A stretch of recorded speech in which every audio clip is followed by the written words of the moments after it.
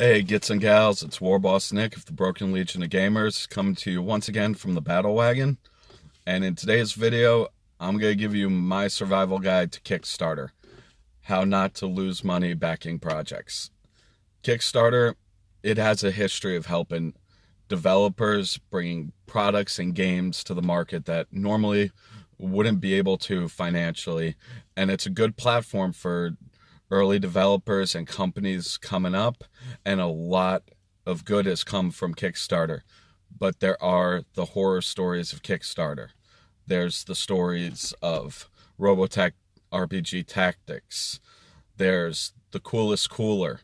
It was a cooler that had a built-in sound system and a built-in blender, and it made over $13 million, and a vast majority of the backers still haven't gotten their coolers. But for every failed or undelivered project, there is hundreds upon hundreds, maybe even thousands of projects that get delivered that deliver on their promises. One of the Kickstarters that hasn't delivered for me is a game called Evil Dead 2. It was based on the movies, and I personally do think that Space Goat Productions originally intended on producing this product, but through missteps, mismanagement, misspending of money, they're probably not going to be able to. No official announcement has went out yet, but it's not looking good. The game's over 2 years late. Communication has died between the company and the backers. And this is just my survival guide to tell you guys on how to avoid projects like this or just out and out scams. Recently, Kickstarter suspended funding for a game that a lot of people were suspecting to be a scam. It was called Overturn. I think it was a Greek fantasy game, and there was just too many red flags, and enough people reported it to Kickstarter, and Kickstarter suspended the funding on it, and they're not going to be able to scam the people if that's what they were trying to do.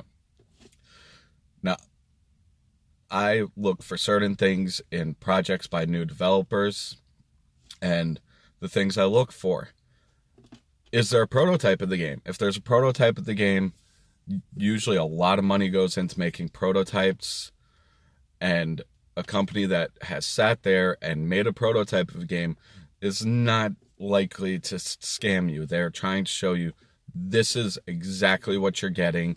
This is how far along in the game development we are. Here's the PDF for a beta rulebook. Always look to see if there's a downloadable rulebook. Any good, reputable Kickstarter should have a downloadable rulebook on launch. It should be there right away. You should be able to hit the icon and download the rulebook so you can read up the rules and make sure it's the game for you. There's a lot of games out there. There's a lot of products out there, but I'm specifically going towards games. I would not back a game that, even if it's not there on launch, if it's there within the first day or two, that's a good sign. When Overturn put their rulebook up, a bunch of savvy backers read through the rulebook, realized that it was a carbon copy, word for word, of Massive Dark, I believe the name was. That's not good. That's usually a telltale sign. If somebody's plagiarizing an existing rulebook, it's a scam. Get out. Don't put your hard-earned money into it. You will be let down if you don't listen to that. Another thing, check and make sure there's a web presence. Make sure you can find this company. Make sure they've been around. Make sure all the emails to their website works. Do your research on the company. And if it is a company that has 2 or 3 Kickstarters up, make sure at least one of them has already delivered. What I think Kickstarter should do is developers should not be able to put up a second game before they deliver on their first one. And even after they deliver upon their first one, they should not have more than 2 undelivered games or products up on Kickstarter. That's not a good sign. That's how companies get in over their head. Space Goat Productions has in 3 campaigns, earned over $1 million, had over 6,000 backers. The 3 campaigns they had. The first one was the Evil Dead 2 board game. It looked phenomenal. Their renders looked phenomenal. They even got as far as getting the final approval prints. And all they had to do was pay the manufacturer to manufacture the game, and that game would have been in my hands. That's where they dropped the ball. Their next project was a Terminator board game based on the Terminator movies. They probably figured it would be a slam dunk. From what a lot of people are speculating, they took money from the Evil Dead 2 campaign when they saw that it made over $600,000 or $700,000. I forget how much it made. When they saw how much that made, and Terminator is a much bigger IP than the Evil Dead franchise. I hate to say it, but it's the truth. But it has had some lackluster movies since the second, so maybe that's killed the appeal in the IP. I don't know. I don't have my pulse on geek culture too much. Into the gaming, I don't know the appeal that game would have had. But they probably figured we're sitting on a landmine. It's going to be over $1 million campaign. The money that we took from Evil Dead 2, we could put back, and then we can produce this game. I also don't think they knew the cost and development of a game. I can't fault them for that. They were first-time developers. They should have delivered upon Evil Dead 2 before they bought the Terminator license and started developing that game. Because that game, they had if I remember correctly, they had close to a prototype done.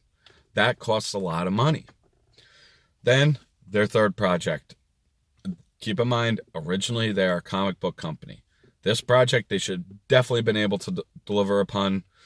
It was called The Evil Dead 2 Omnibus. It was omnibus, or whatever, however that word is. It was supposed to be an art book based on Evil Dead 2. You would think that as a comic book company, they could have delivered upon that. They didn't. These are the things you need to look for. Make sure companies aren't in over their head or aren't trying to get money from a second project to produce the first one. Do your research. You will not get scammed if you do your research. And I don't think all the undelivered campaigns were scams. I think they were companies that got in over their head financially and didn't know what it would take. But watch out.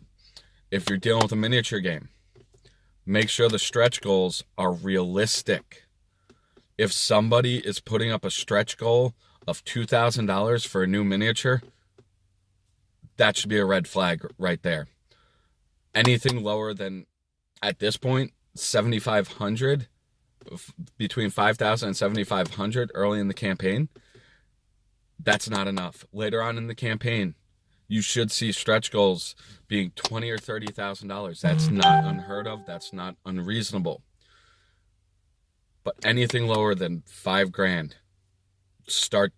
really start looking and thinking maybe they don't know what they're doing, and maybe they're going to get in over their head and go belly up, and you're not going to get your game. I don't want to see my fans lose out money on Kickstarter. Kickstarter is a great, great tool. Those are the things you should look for from new companies. But then there's also the companies that have been there and have a proven track record that if you see a game by them and you like the aesthetics, you like the gameplay, that could be an auto back. Two of the companies that come to mind is Cool Mini or Not and Mantic Games. Both companies have delivered on every game that they put up there. Also understand, there is a common trend. A lot of Kickstarters deliver late. Don't get all huffy, and if a Kickstarter is going to deliver late, it's better to wait for a quality product than have the company rush and give you a lackluster, subpar product. Expect delays. Anticipate delays. And understand delays are just there to get you the quality of a game that you deserve, you paid for, and the company wants to put their name behind. Delays are not a bad thing. Sometimes they're a good thing. I just got news earlier this week that I've got an oddity, a Kickstarter that's delivering early. And with experienced game companies, it's starting to become a trend that sometimes they're delivering early. Kings of War Vanguard by Mantic Games is going to be delivering almost a month and a half early. That's awesome. Good on you, Mantic. 2 thumbs up. Those are the things to look for. You follow this Kickstarter survival guide, and there's very little chances that you will have an undelivered game. But understand, it does happen. Don't let it deter you. Kickstarter is for first-time and small developers to get games and products up off the ground and onto the shelves. That's what Kickstarter is a tool for. It's not a pre-order system. Without Kickstarter, there would be a lot less games and a lot less products out on the market. And Kickstarter is a good thing when used responsibly. Watch out for scams, but also understand not every undelivered game or product is a scam. Sometimes people just don't know what they're doing. And that's it for this video. If you like what you saw, hit the subscribe button and then hit the bell icon to the right so you can be notified every time I put up a new video. And as always, support local gaming. Here at the channel, we support Toy Wiz in Nanuet, New York on Route 59, right across the street from the Dunkin' Donuts. Have a nice night, guys. See you soon.